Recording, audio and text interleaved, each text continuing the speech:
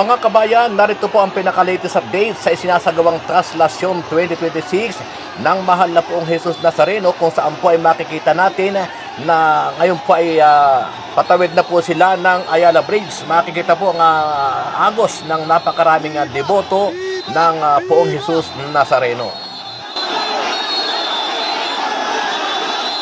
Darius, gabay! Okay mga kabayan, sa ngayon po ay tinataya ng pulisya na mamayang gabi pa po ang dating o ang pagpasok mismo ng karosa ng poong Jesus Nazareno sa simbahan ng Quiapo.